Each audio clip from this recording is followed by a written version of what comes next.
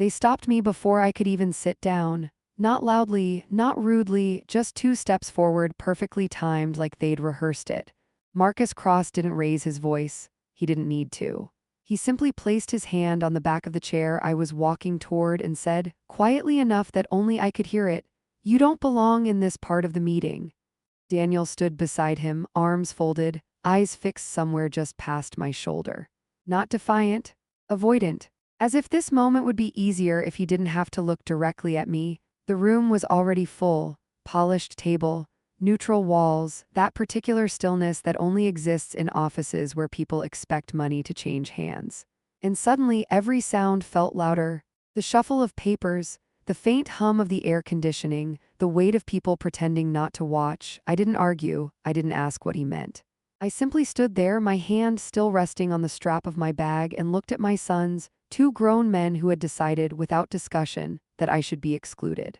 If you're listening right now and you've ever been made to feel invisible by people who once depended on you, stay with me. And tell me in the comments where you're listening from. Stories like this travel farther than people expect. Marcus leaned in slightly, his voice calm, managerial. "It's better this way, Mom. This is just immediate family and legal representatives." Immediate family. I nodded once as if he'd just explained a seating chart, not erased me from a room I had every right to be in. Daniel shifted his weight. He always did that when things became uncomfortable, when silence might ask something of him. "Let's not make this awkward," Daniel added. "We can talk later." Later. That word is a shelf people put you on when they don't want to deal with you right now. I took 1 step back, not because I was intimidated, because I was observing. The attorney Leonard Hale sat at the far end of the table, glasses low on his nose, flipping through documents with careful precision. He hadn't spoken yet, but his eyes had lifted just briefly. He'd noticed. I took a seat against the wall instead, not the chair they'd blocked. Another one, out of the way, where no one would feel threatened. Marcus relaxed immediately. That told me everything. People reveal their assumptions in moments like this. They show you exactly how small they believe you are. I placed my bag on my lap and rested my hands on it. Inside was a slim folder, nothing dramatic. No theatrics, just paper, originals, dates, signatures, not leverage, proof. Leonard Hale cleared his throat. "Before we begin," he said evenly, "I need to confirm all parties present." Marcus answered before anyone else could. "Everyone who needs to be here is here." Leonard's gaze moved slowly to me. I met his eyes without blinking. There was a pause, just long enough to stretch, not long enough to draw attention. "Very well," he said. "Let's proceed." As he began reading the formal introduction, I let my thoughts drift, not to anger but to memory. To the afternoon, years earlier, when Ruth Calder had sat across from me at a small kitchen table, stirring her tea long after it had gone cold. "Promise me something," she'd said. "If they ever try to rewrite the story after I'm gone, don't raise your voice, just bring the truth." I'd promised. Back in the room, Marcus crossed his arms, already confident. Daniel stared at his phone. Other relatives listened with polite detachment.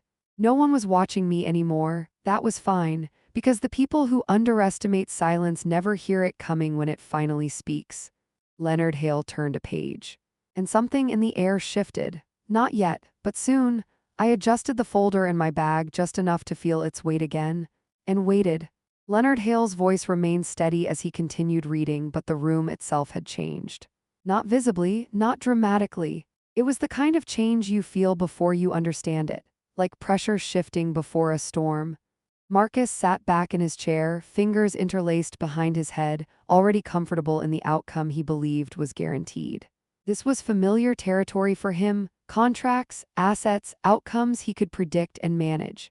He had spent years training himself to believe that control was something you earned by being louder, faster, more decisive than everyone else in the room. Daniel leaned forward now, elbows on the table, nodding along at sentences he wasn't fully processing. He trusted Marcus to handle things. He always had. Let someone else decide, someone else push, someone else take responsibility for the consequences. And me, I listened, not to the words alone, but to what wasn't being said. Leonard paused briefly to adjust his glasses. A small movement, but deliberate. "Before I continue," he said, "there are procedural matters that must be clarified." Marcus straightened. "Is there a problem?" "No," Leonard replied calmly. "Not yet."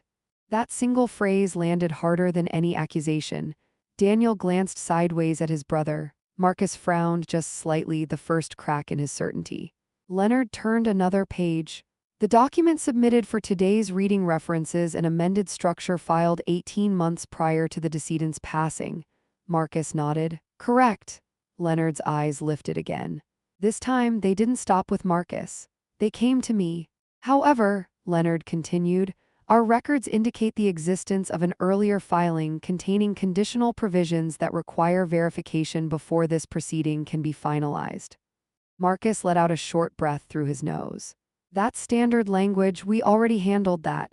Leonard didn't respond immediately. He simply extended his hand toward the center of the table. Miss Cross, he said, addressing me for the first time. May I ask, did you receive correspondence from this firm prior to today? The room went very still. Every head turned. I didn't rush. I didn't dramatize the moment. Yes, I said, I did. Marcus turned sharply.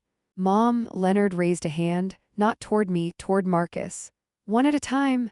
That was new. I reached into my bag, not suddenly, not slowly, just naturally, and withdrew the folder, navy blue, unmarked. The corners slightly worn from being handled, not displayed. I placed it on my lap. I received a letter requesting my presence, I said evenly. I assumed it meant I was expected.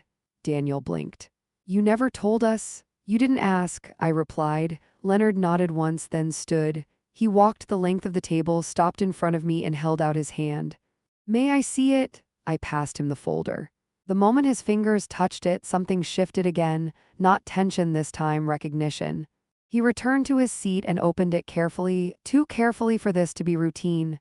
Pages turned, once, twice. Marcus leaned forward. What is that? Leonard didn't answer. Daniel swallowed.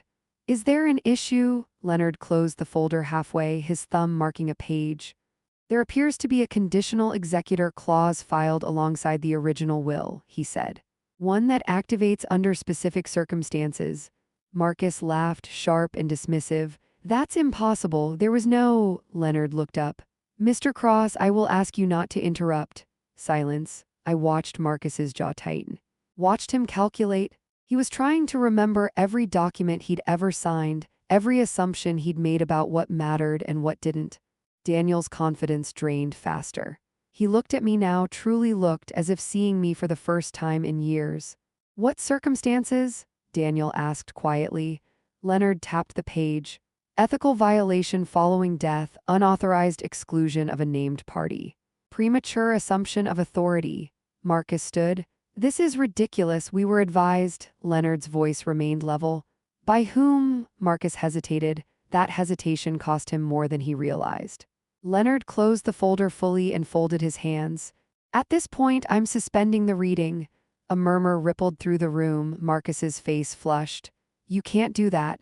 I can, Leonard replied. And I have. Daniel turned to me, voice low. Mom, what did you do? I met his eyes. I prepared, I said. Leonard continued, until this document is formally reviewed and verified, no assets can be distributed, no authority assumed, and no amendments enacted. Marcus looked like the ground had shifted under his feet. This affects everything, he said. Leonard nodded. Yes, it does. I leaned back in my chair, hands folded calmly in my lap. I hadn't raised my voice, I hadn't explained myself, I hadn't defended my presence. I'd simply brought the truth into a room that had tried to lock me out. Leonard gathered his papers. We'll reconvene once verification is complete, you'll be notified. People stood, chairs scraped. Conversations sparked in low, urgent tones. Marcus didn't look at me, Daniel did, but there was no accusation in his eyes now, only uncertainty. As I rose to leave, Leonard caught my attention. Mrs. Cross, he said quietly. Thank you for bringing this forward. I nodded once. In the hallway outside, the noise faded behind me. My footsteps echoed softly on the tile. They had believed the story was already written. They had mistaken silence for surrender. And now, the pause they'd forced on me was about to force something else entirely. Something they were not prepared for. The hallway outside the conference room smelled faintly of old paper and polished wood. I stood there for a moment after everyone else had rushed past me, Marcus moving too quickly, Daniel lagging behind him, voices already low and urgent. No one spoke to me. No one needed to. The silence had shifted sides. Leonard Hale's assistant approached quietly and told me I was free to go for now. For now. I nodded, thanked her, and walked out of the building without looking back. Outside, the air felt cooler than it should have. Or maybe I'd just been holding my breath longer than I realized. I didn't feel victorious. I felt steady. That mattered more. At home, I placed the folder back on the table where it belonged and made tea. Not because I wanted it, but because routine keeps the body calm while the mind catches up. The kettle clicked off. I poured slowly, sat down. My phone rang less than 10 minutes later. Marcus. I let it ring, then again, then Daniel. I ignored both. Silence is a language. They'd used it on me for years. It was only fair they learned how it felt when it spoke back. An hour passed before the phone rang again. This time it was Leonard Hale. Mrs. Cross, he said evenly, I wanted to inform you personally. Verification has begun. I've pulled the original filings from county records. I assumed you would, I replied. There was a pause. You understand this may complicate matters. I understand it clarifies them. Another pause, longer. You were named as conditional successor executor, he continued. That is unusual. Ruth Calder insisted on it. Leonard exhaled softly. That explains the precision. After we hung up, I sat quietly, letting the room settle around me. The house felt unchanged, but I didn't. Something internal had shifted, a line crossed that couldn't be uncrossed. The knock came just after dusk. Sharp, impatient. Marcus. I didn't open the door right away. I stood in the hallway, listening to his breath through the wood, the faint scuff of his shoe as he adjusted his stance. When I did open it, I stepped out onto the porch and closed the door behind me. I wasn't inviting this into my home. What was that? He demanded, skipping any pretense. That, I said calmly, was the truth. You blindsided us, he snapped. You tried to shut me out of a legal proceeding, I replied. We'll call it even. Daniel stood a few steps back, hands in his pockets, eyes darting between us. This didn't have to happen like that, Daniel said. No, I agreed. It didn't. Marcus laughed sharply. You think pulling some old paperwork changes reality? Yes, I said. That's exactly what paperwork does. His jaw tightened. You're going to tear this family apart? I studied him for a moment, the familiar posture, the assumption that responsibility always flowed away from him, never toward him. You confuse consequence with destruction, I said. They're not the same, Daniel shifted. Mom, were you planning this? I didn't answer immediately. I was prepared, I said finally. There's a difference. Marcus leaned closer. You're not qualified to handle an estate this complex. I met his gaze without flinching. Neither were you. You just assumed no one would stop you. That landed. For the first time, he didn't have a reply ready. Leonard Hale's words echoed in my mind, conditional executor, a role designed for moments like this. Activated not by ego, but by violation, Marcus straightened. This isn't over. No, I agreed again. It isn't. He turned and walked down the steps without another word. Daniel hesitated. I didn't know, Daniel said quietly. About the clause, about any of this. You didn't want to, I replied. That was easier? He nodded, shame flickering across his face, then followed his brother. That night I slept deeply, not because I was at peace with what was coming, but because I was no longer afraid of it. The next morning, Leonard called again. The clause is valid, he said. Filed correctly, witnessed, recorded, it supersedes the later amendment until a full review is completed. And my role, I asked. You have temporary authority effective immediately? I closed my eyes. Temporary authority. Years ago, those words would have terrified me. Now they felt earned. What does that mean in practice? I asked. Leonard didn't hesitate. It means Marcus and Daniel no longer control access, assets, or narrative. Narrative, that was the word that mattered most. I thanked him and ended the call. Then I did something small but deliberate. I wrote a list, not of demands. Of boundaries, what I would allow, what I would not explain, what I would no longer tolerate. When the phone rang again that afternoon, I answered. Daniel, I don't want to fight, he said quickly. I just want to understand. You had years to understand, I replied gently. You chose comfort instead. Silence. I'm not trying to punish you, I added. I'm trying to stop disappearing. That quieted him. I don't know where this leaves us, he admitted.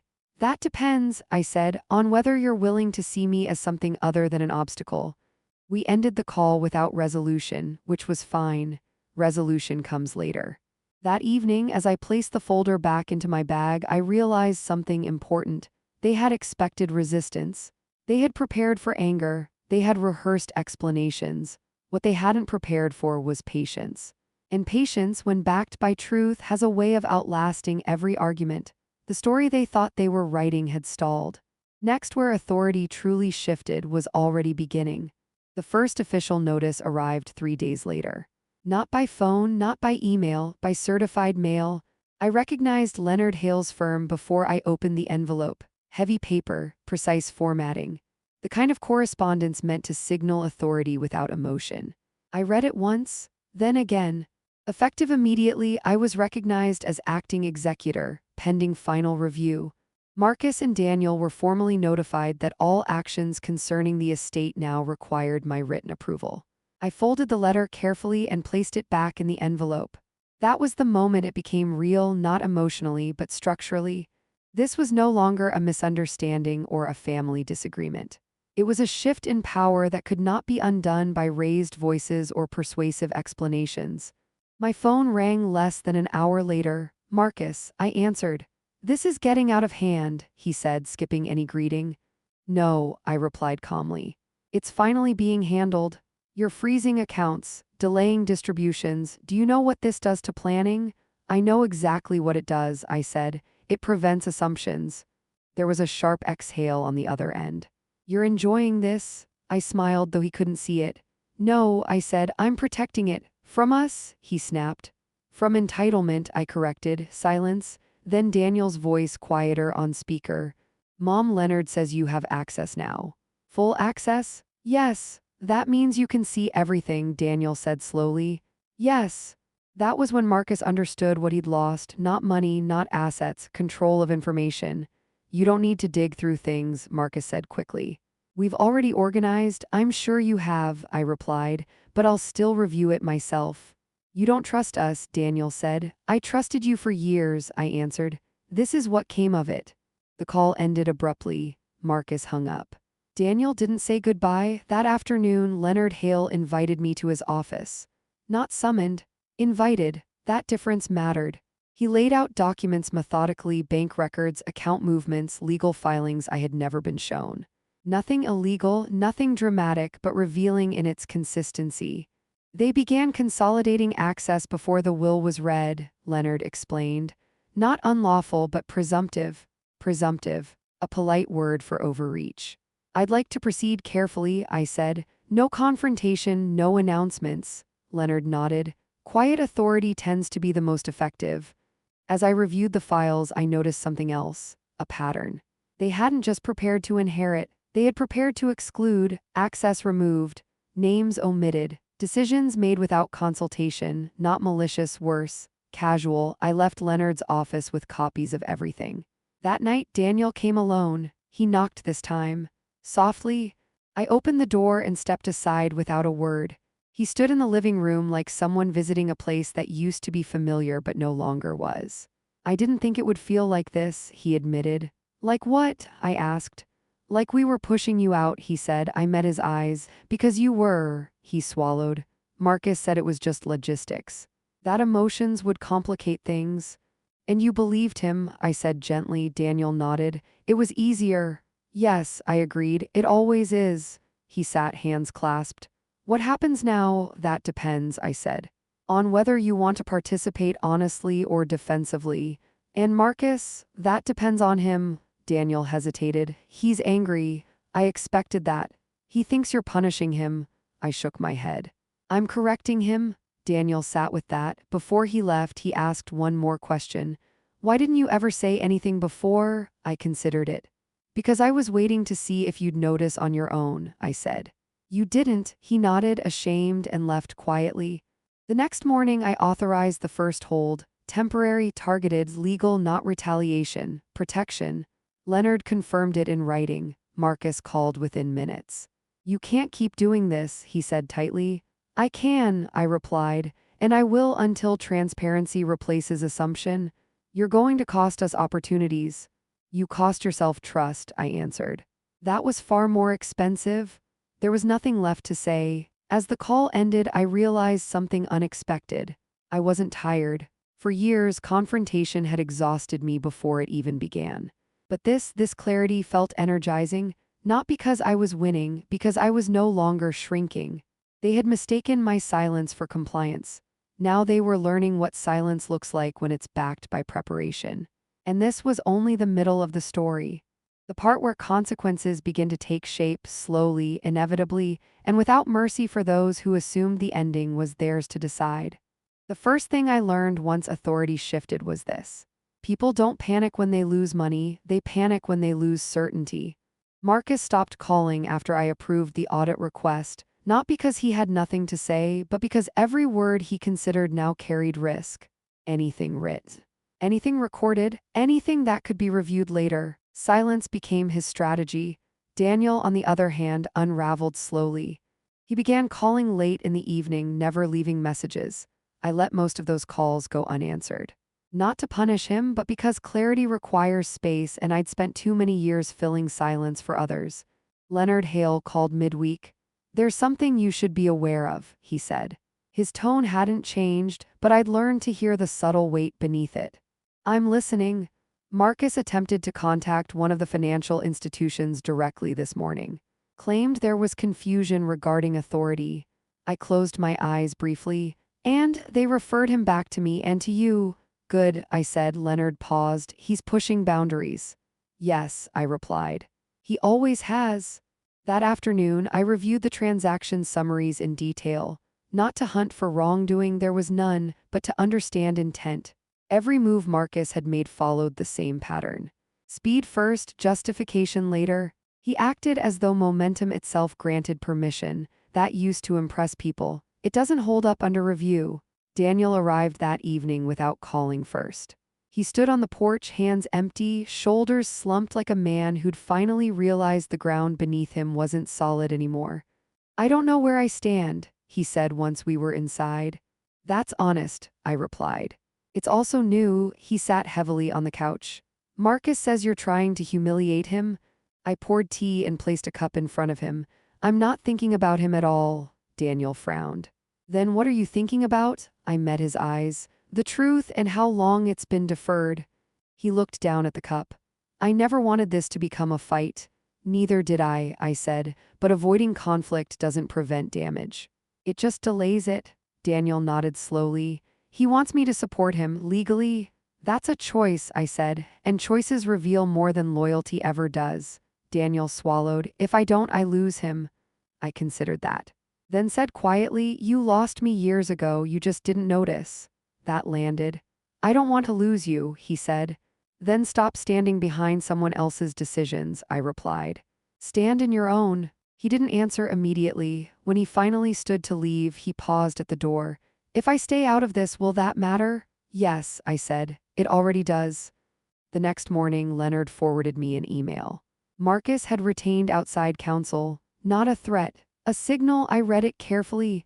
The language was aggressive but vague, allegations without substance, pressure without direction. Leonard called minutes later. "This is posturing," he said. "He wants to scare you into negotiating." "I'm not negotiating," I replied. "I didn't think you were." That afternoon, I did something I hadn't done in years. I drove past the old neighborhood, not the house itself, just the street. The place where assumptions had first taken root, where decisions were made around me, not with me. I didn't feel nostalgia, I felt clarity. Marcus had built his identity around momentum. Around winning early so no one questioned the process. But momentum only works when no one checks the foundation. And now someone was. That evening my phone buzzed with a message. "Daniel." I told Marcus I won't join the legal challenge. I stared at the screen for a long moment, then I replied, "That was your decision. Own it." A minute later, another message appeared. He didn't take it well. I didn't respond. Not every consequence requires commentary. Leonard confirmed later that Daniel's withdrawal weakened Marcus's position significantly. Not legally yet, but strategically. Division complicates narratives, and Marcus depended on unity. That night, I organized the documents again, not because they needed it, but because ritual matters. Paperwork, when handled deliberately, has a grounding effect. It reminds you that systems exist for a reason. As I placed the folder back in the drawer, I realized something else. For the first time in years, no one was asking me to smooth things over. No one was waiting for me to absorb discomfort on their behalf. The silence felt different now. Not empty, intentional. Somewhere across town, Marcus was recalculating, Daniel was redefining himself, and Leonard Hale was preparing responses instead of explanations. They had all underestimated one thing, not my patience. Not my preparation, but my willingness to let outcomes unfold without interference. And that was about to matter more than anyone expected. By the end of the week, the silence had become deliberate. Not the awkward kind that begs to be filled. The intentional kind, measured, watchful, controlled. Leonard Hale called it containment. I called it breathing room. Marcus's attorney sent a second letter, sharper than the first. Still polite, still dressed in legal courtesy, but more insistent. It suggested mediation, a private conversation, an opportunity to resolve matters without unnecessary escalation. Unnecessary, that word again. I read it once, then set it aside, not to ignore it, but to place it where it belonged. Leonard called an hour later. He's realizing this isn't moving the way he expected, Leonard said. This is the phase where people try to regain footing. By pressure, I replied, yes. And if I don't respond, Leonard paused. Then he escalates or he retreats. Either way, I said calmly, I don't chase. That afternoon, I went through the personal effects inventory. Not assets, not accounts. The items no one ever argues about until they're gone. Photographs, handwritten notes, old letters, objects that hold memory but no market value. This was where I noticed it, the subtle shift in my own thinking. I was no longer sorting to preserve the past. I was sorting to decide what came with me forward. Daniel stopped by unexpectedly the next evening. He looked tired. Not the kind of tired sleep fixes, but the kind that comes from choosing differently than you used to. I didn't tell Marcus where I was going, he said as he stepped inside. That's wise, I replied. He sat quietly for a moment, then spoke. He keeps saying you're being manipulated, that Leonard's turning this into something it doesn't need to be. I smiled faintly. Leonard doesn't manipulate, he documents. Daniel nodded. That's what I told him. And he said you've changed.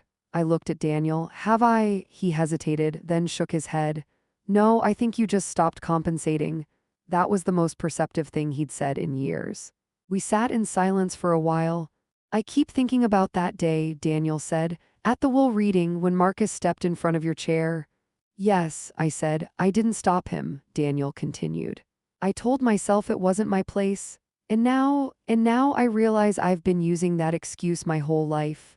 I didn't rush to comfort him. Growth doesn't need cushioning. I'm not asking you to choose sides, he added. I just want to know where I stand with you. I considered him carefully. You stand where you place yourself, I said. Right now you're standing on your own feet, that matters. He exhaled. Relief mixed with something else, resolve maybe. After he left, I received a notification from Leonard. Marcus had filed a preliminary motion, not a full challenge, a test, a way to force engagement. Leonard's message was brief, I'll handle the response.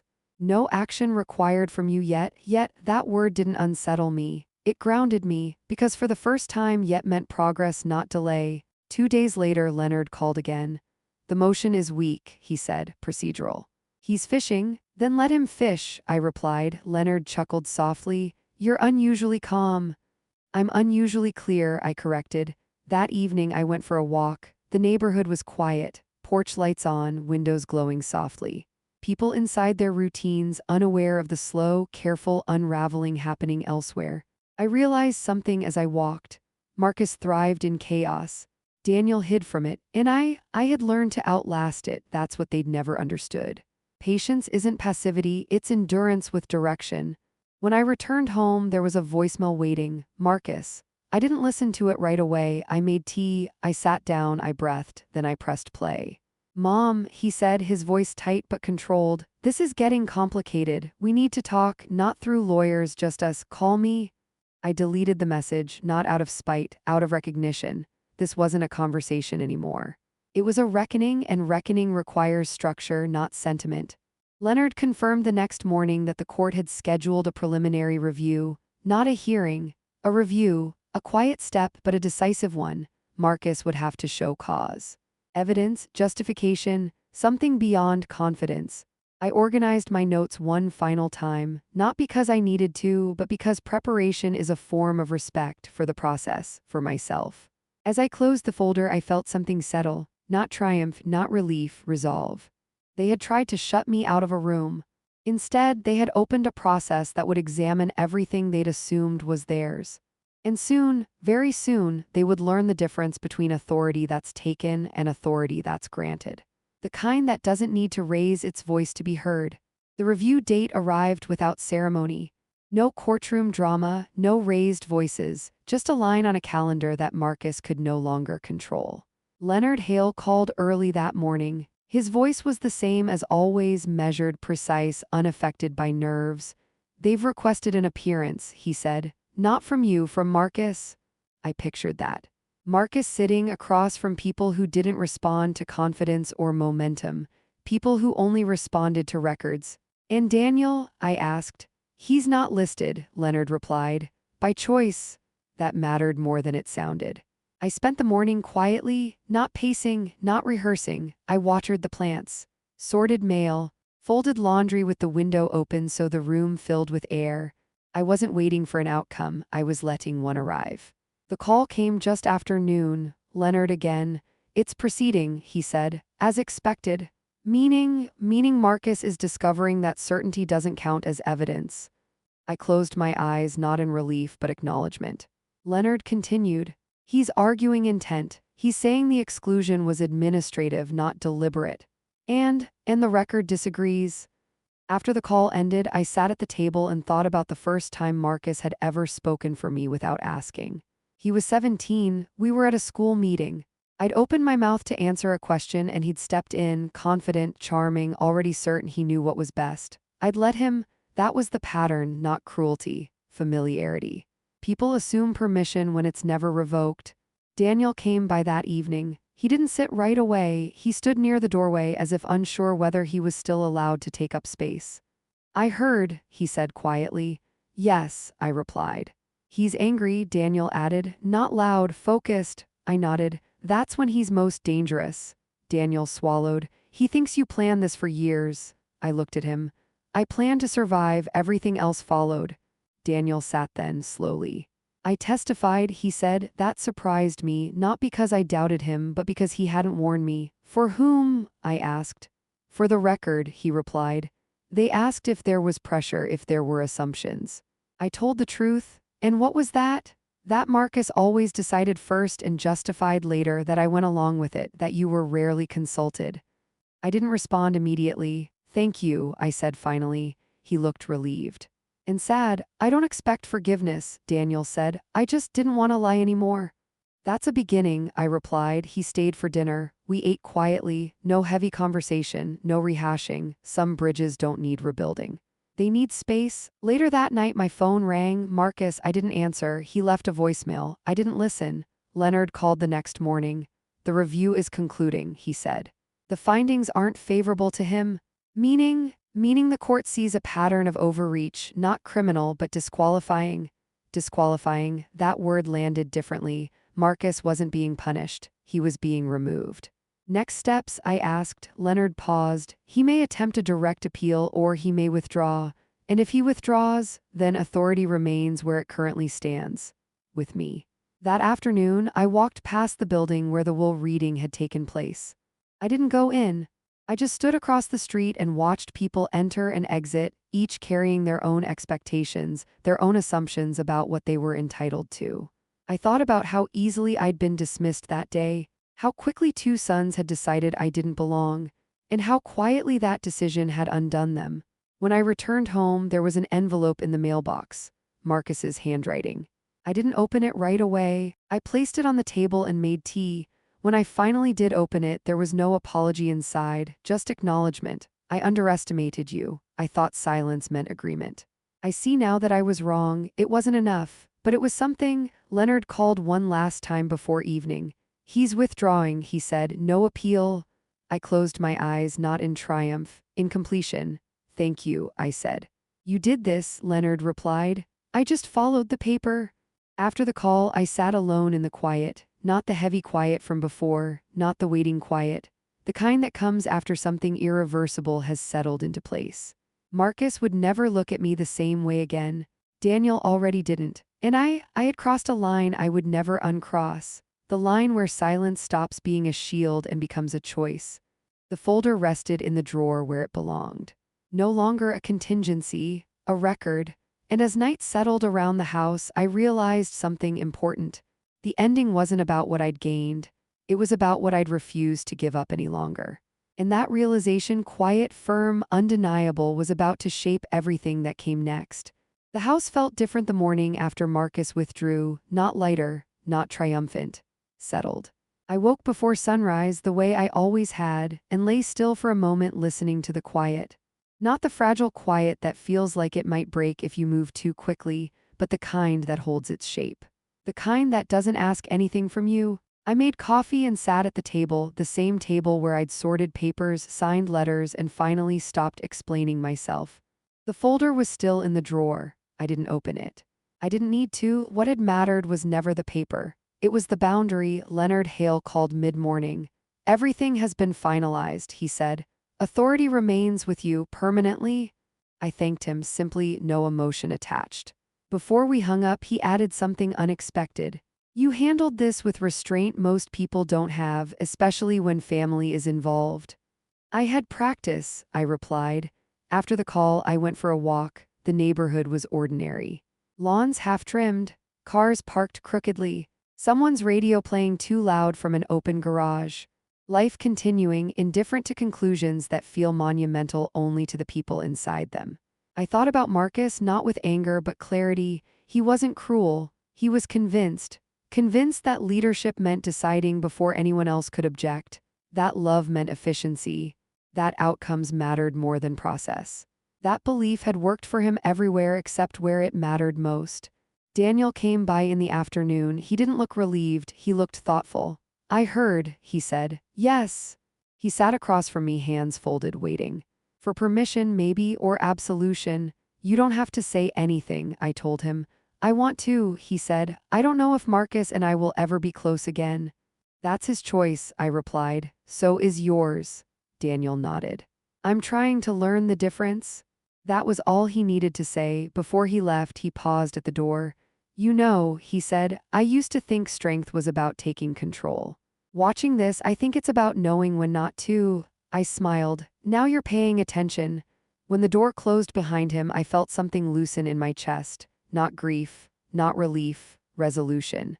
That evening, I took out a clean sheet of paper and wrote a single list. Not of assets, not of instructions, of values, what I would protect. What I would no longer excuse, what I would carry forward. I placed it in the drawer beside the folder, not for anyone else, for me. Marcus didn't call again. I didn't expect him to. Some lessons don't come with reconciliation, they come with distance. And that's all right.